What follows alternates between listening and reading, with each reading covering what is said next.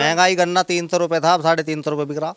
गाय तुम्हारी डंड में भरूं इस बात का। वाहन क्यों खरीद रहे जब पेट्रोल महंगा हो गया? क्यों चला रहे गैस लकड़ी चलाओ? रोजगार बहुत बड़ा मुद्दा है जी। नमस्कार, सनराइज न्यूज़ की टीम इस वक्त मेरठ पहुंच चुकी है। मेरठ के सरदना विधानसभा में है। संगीत सोम की यहां से मौजूदा विधायक हैं और 5 साल का कार्यकाल उनका पूरा हुआ है। उनके कार्यकाल को कैसे आगे लोग देखते हैं और समाजवादी पार्टी से जिसे टिकट मिला है अतुल प्रधान, उनके कार्यकाल को या उन पर विश्वास कैसे जताएंगे, उस पर हमारी पूरी बात होगी। क्या नाम है आपका? भूपेंद्र। भूपेंद्र यादव। क्या करते हैं?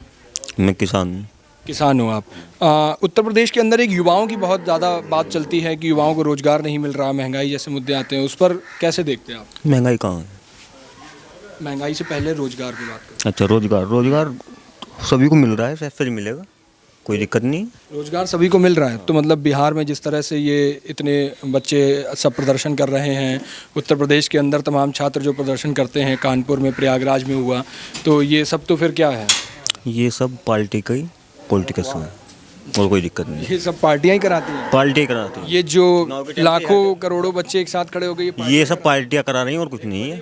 अच्छा, फिर ये पर्चे जो लीक हो जाते हैं, जो अभी आपने टीटी का एग्ज़ाम था, उसके बाद यूपीएसआई का एग्ज़ाम था, तो इस पर सारे जो पेपर लीक हुए, इसको लेकर के वो उनका विषय है, उन्होंने लीक कैसे कराया उसकी जांच होनी चाहिए। उन्होंने लीक कैसे कराया? ये सरकार ने लीक कराया? नहीं, जो उसमें जो वहाँ अधिकारी लोग हैं उनके। ऐसे नहीं काम चलेगा। नेताओं जैसे बयान मत दो, जांच होनी चाहिए, ये सब नेताओं की भाषा अच्छी लगती है और जब नेता इस चीज़ को बोलते हैं तो बड़ा सुनने में जनता को अच्छा लगता है और फिर हम भी अपने घर आराम से सोच के हम अखबारों में छाप के और टीवी पे सुन लेते हैं। नेता वाली बात मत करो। नेता बनना हो तो उस हिसाब से बताओ, फिर मैं नेता वाले सवाल पूछूं। जनता हो ना अभी, तो जनता की तरह बात करो। नहीं, आपकी गलत और या तो मान लो कि मैं युवा नहीं हूँ तो फिर मैं युवाओं वाले सवाल ना करूँ। मैं युवा ही हूँ। युवा हो ना, हाँ। तो फिर युवाओं की बात करो। फिर जो पर्चे लीक हो रहे हैं इसको लेकर के फिर बात तो करनी पड़ेगी ना। नहीं, वो तो बात आपकी ठीक है, पर ये जो चीज़ आप बता रहे हैं उसकी जांच होनी चाहिए। अच्छा, जब शहर पढ़ने जाता है, किराए पर कमरे लेता है, घर से हज़ारों लाखों रुपए उसके जाते हैं और उसके बाद जब वो परीक्षा में बैठता है और पर्चे लीक हो जाते हैं, तो मतलब क्या बीतती होगी ये कभी सोचते तो होगे ना? अब युवा हो चुकी। ये गलत है। हाँ, होना चाहिए। तो ये सरकार नहीं करनी चाहिए। सरकार को इस पर तुरंत वो करना चाहिए, एक्शन लेना चाहिए सरकार को। नहीं लिया ना सरकार ने? लेना चाहिए उनको, लेना चाहिए। ठीक है नेताजी, आप भविष्य आपका वैसे सही है, आप नेता वाली लाइन में थोड़ा ट्राई करो तो जा सकते हो। आपका क्या नाम है? मेरा विजय सोम। विजय जी, क्या करते हैं आप? मैं भारतीय जनता पार्टी का बूथ अध्यक्ष हूँ। ओह, अब तो नेताजी ही बगल में खड़े हैं। ठीक है, लपेटे में हो गए नेताजी। भारतीय जनता पार्टी का पूरा 5 साल का कार्यकाल रहा उत्तर प्रदेश के अंदर और संगीत सोम यहाँ से विधायक रहे। अभी जब हम आ रहे थे तो सबसे बड़ी जो हमें खुद आंखों से दिखी, जनता से बिना बात किए हुए, वो बात थी कि हम जब उनके कार्यालय के बाहर से निकले तो गाड़ी खड़ी करने की जगह नहीं मिली। उसका कारण एक ये था कि रोड इतनी टूटी हुई थी कि वहाँ पर ये पॉसिबल नहीं था कि हम गाड़ी वहाँ लगाएं। और जहाँ तक आपके गांव तक जब हम आए, अटेरना तक, यहाँ भी हमें सड़क बिल्कुल खस्ताहाल ऐसी मिली कि हम खाना खा के चले थे तो हमें टहलना नहीं पड़ा। हम गाड़ी में ऐसे हिचकोले खाते हुए अपने आप हजम हो गया। देखे बहुत सारे रास्ते बन चुके हैं और भी बनेंगे। इनका प्रस्ताव जा रहा है सरदने से लेके, तुम देखा होगा, इधर से निकलोगे नंगली गेट तक, चर्च के वहाँ से लेकर नंगली गेट तक इसका प्रस्ताव पास हो चुका है। 7 मीटर चौड़ीकरण होगा इसका। अभी आचार संहिता लगी हुई है। जैसे 5 साल का कार्यकाल पूरा करते हुए आए, 10 साल, ये पिछले 5 साल की बात कर रहा हूँ मैं, और उससे पहले का भी चलो आप कह रहे हो तो वो भी ले लेता हूँ। 10 साल का कार्यकाल करते आए हो, प्रस्ताव इस आखिरी बिल्कुल चुनाव के वक्त प्रस्ताव पास कराने की देखिए, मेरा मानना है, और फिर प्रदेश और केंद्र दोनों जगह सरकार है। मेरा मानना यह है कि एकदम तो सब रास्ते एकदम बन नहीं सकते। बहुत रास्ते हैं जो हो भी चुके हैं। अपने कार्यालय के बाहर का भी रास्ता नहीं बन सकता? बिल्कुल बढ़िया है। मतलब या तो हम झूठ बोल रहे हैं। नहीं, हम तो रोज रहे हैं। आप कह रहे हैं? नहीं, हम तो रोज रहे हैं ना, आपको रोज का आना जाना है। काम चल रहा है। अच्छा, महंगाई की बात करा कर लो नेताजी। महंगाई में क्या है? महंगाई कहाँ है? एकदम बढ़िया चल रहा है। महंगाई गन्ना 300 रुपये था, अब 350 रुपये बिक रहा। सरसों का तेल? सरसों का तेल जब कम बोरी, इसलिए किसान के सब गन्ना ही गन्ना बोरे। सरसों का तेल कम हो रहा है इसलिए महंगा हो गया। महंगा तो होगा, जो चीज कम उपज होगी। ये गाय घरवाली को तो ये ठीक है, अब जरा इनसे सुन लेते हैं। आप सामने हो, आप आ जाओ। यहीं खड़े होते हैं। गन्ना का बता रहे हैं कि सरसों के रेट इसलिए बढ़ गए हैं क्योंकि लोग सरसों कम बो रहे हैं। नहीं, वो बात नहीं। वो जब ये आवारा पशु घूम रहे हैं, ये छोड़ दे रही फसल को, किसान तो बर्बाद हो जाएगा इस तरह। तो पॉइंट की बात एक निकली कि आवारा पशु इस क्षेत्र की सबसे बड़ी समस्या। सब जगह परेशानी हुई है। क्यों जी? मान लो फसल बो के महंगाई इतनी है, बो बा के फसल लगा तैयार करो फसल, वे जामे एक रात में ख़त्म कर दें।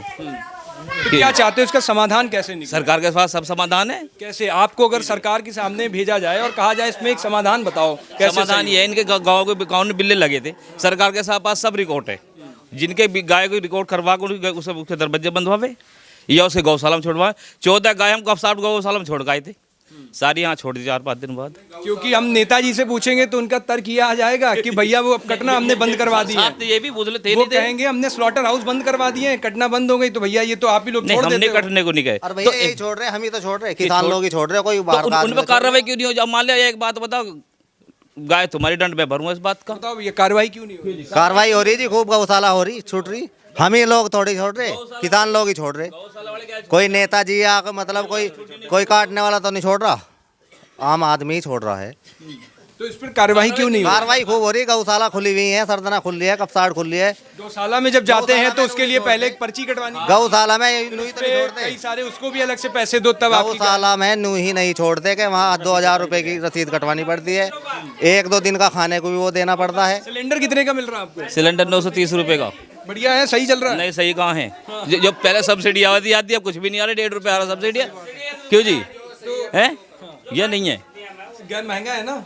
अब आप ही देख लो कहाँ 4 सकर कहाँ। हम नेताजी से पूछेंगे तो कहेंगे कि वो महंगा इसलिए हो गया है क्योंकि गैस जो है अब इस टाइम जो आ रही है बाहर से, पेट्रोल महंगा हो गया, तो वो जो ला रहे हैं अब भैया चार्ज तो बढ़ेगा। वाहन क्यों खरीद रहे जब पेट्रोल महंगा हो गया? गैस बताओ, पहले एक एक करके आएंगे, पेट्रोल पे आएंगे, उससे पहले गैस पे रहो। गैस बहुत सही है, अब कहीं नहीं, क्यों चला रहे गैस? लकड़ी पे चलाओ, गोश्त से जलाओ, डंगर तो क्यों फिर जला रहे? सवाल खड़ा हो जाएगा कि उज्ज्वला योजना क्यों चलाई? फिर तो प्रधानमंत्री जी बोले कि हम जो महिलाओं के जो फेफड़ों में तकलीफ हो रही है और तमाम तरह के धुआं जा रहा है, मेरी बात सुनो, सब सही है। नेताजी निकल जाएगी, फिर ये क्लिप अलग जाएगी। नहीं सुनो, इस पे बोलना, इस पे बोलना। ये तो निकल जाएगी आपकी कि लकड़ी पे चला। सामने लगाओ।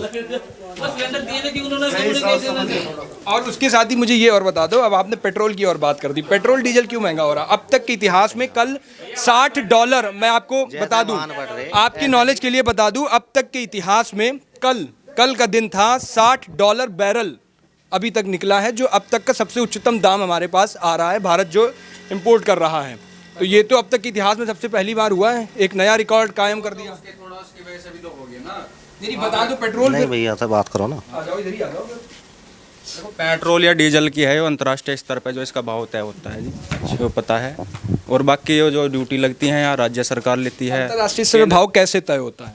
नहीं, अंतर्राष्ट्रीय पे तो जो तुम्हारा ये है, ये इस्लामिक कंट्री हैं, जो भी ऑर्गेनाइजेशन है उनका, OIC के नाम से है शायद। अच्छा, इस्लामिक ऑर्गेनाइजेशन कैसे तेल की कीमत तय कर जो देंगे? तुम्हारा अपना वो है, जो खाड़ी देश है, वहाँ से तेल निकलता है, तो अधिकतर वही है उनका, जो वही तय करते हैं उसका अंतर्राष्ट्रीय स्तर पर भाव।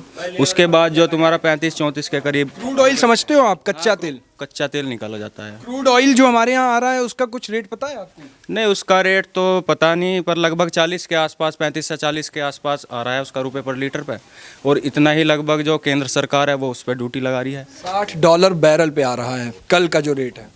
हाँ, कल बढ़ गया वो थोड़ा, उसकी वजह से एक ज्वालामुखी। उसमें फिर आप जो टैक्सेस लग रहे हैं, वैट, वो जानते हो आप? हाँ जी, वैट जानते हैं, लगभग 34 से 35 रुपए केंद्र सरकार का है, 28 के अब आप आसपास। कह रहे हो कि ये इंटरनेशनल लेवल पे तय होता है, नहीं, ये वो कैसे तो होता है, नहीं मान लिया वहाँ से बढ़ गया, अब सरकार तो अपनी टैक्स नहीं घटाएगी, बार बार वो कर देगी। अगर वहाँ से तो पत्थर की लकीर है क्या कि बाबा हाथ पकड़ा गए कि इतने लिख गए तो इतना लिख जाएगा? अगर वहाँ से इंक्रीज हो रहा है तो सीधा ये इंक्रीज कर दें जी उसका।